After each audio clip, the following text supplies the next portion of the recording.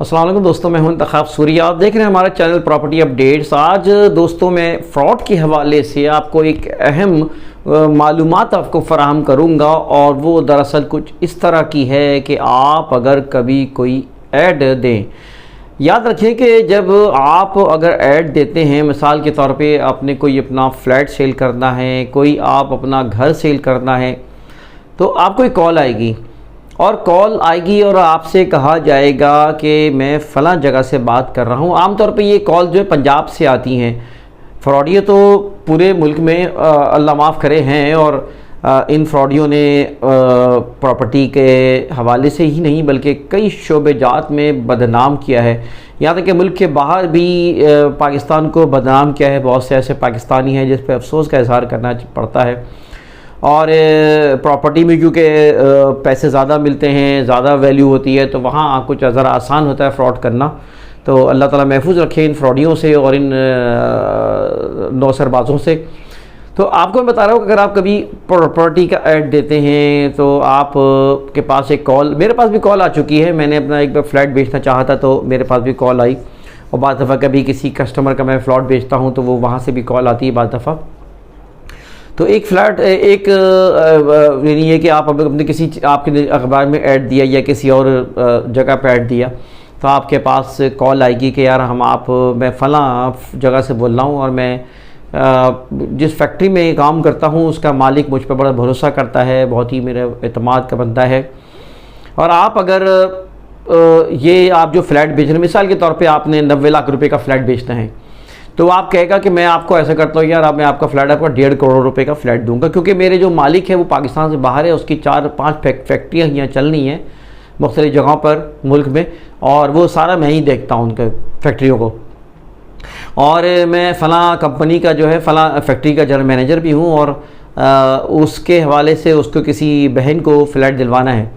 لہٰذا وہی آپ سے کہے گا کہ یار میں آپ سے 1.5 کروڑ کا سودا کروں گا، اور یہ جو 60 لاکھ کا فائدہ ہوگا وہ ہم دونوں آدھا آدھا کر لیں گے۔ تو جو لوگ لالچ میں آ جاتے ہیں وہ کہتے ہیں یار یہ تو بڑی اچھی بات ہے، اور وہ آپ کو اس طرح شیشے میں اتارے گا، اس طرح وہ آپ کو ریکنونس کرے گا کہ آپ بھی لالچ میں آ جائیں گے، اور یہی لالچ کہتے ہیں، لالچ بری بلا ہے۔ پھر اس کے بعد وہ آپ سے کہے گا کہ آپ جو ہے وہ فلاں جگہ پہ آ جائیں، اور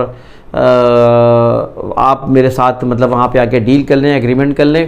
میں آپ کو آپ کے ایک مناسب رقم دے دوں گا، پھر ہمارا سودا ہو جائے گا، اس کے بعد جو ہے وہ آپ جو بھی معاملہ ہوگا یہ میرے اور آپ کے درمیان ہوگا۔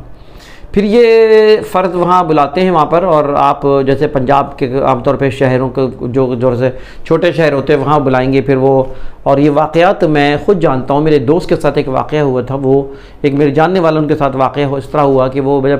پنجاب میں اس شہر پہ اترے تو باقاعدہ گاڑی آئے گی، اور گاڑی جو ہے نا وہ اس کو لے کے جائے گی، گاڑی اصل میں کرایہ ورائے کی ہوتی ہے غالباً،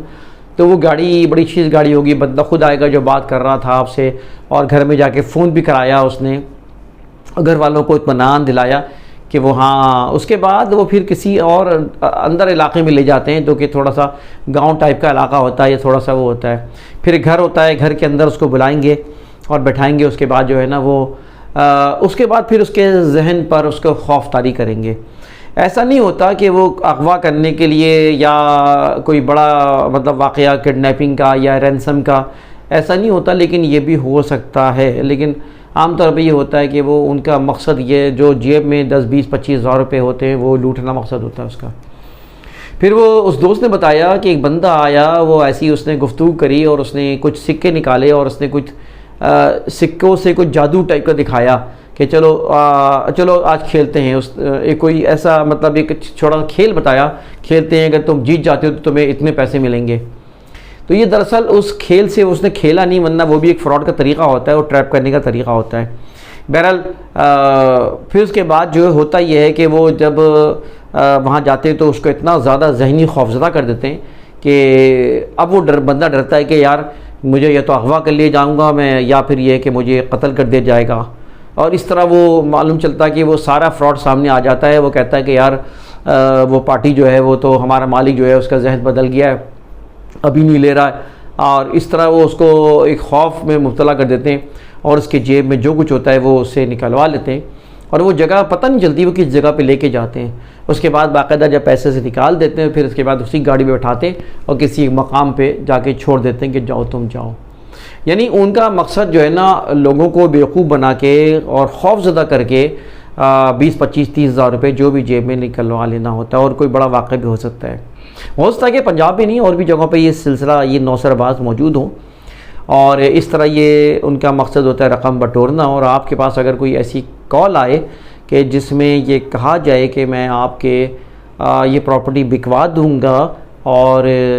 وہ جو ہے کسی اس سے آپ کو احتیاط کی ضرورت ہے اور آپ فوری کمپلین کریں. میں نے فوری کمپلین کی تھی اور اس شخص کو بہت سنائی تھی یہ بات اور بہت زیادہ سخت قسم کے الفاظ سنائے میں نے.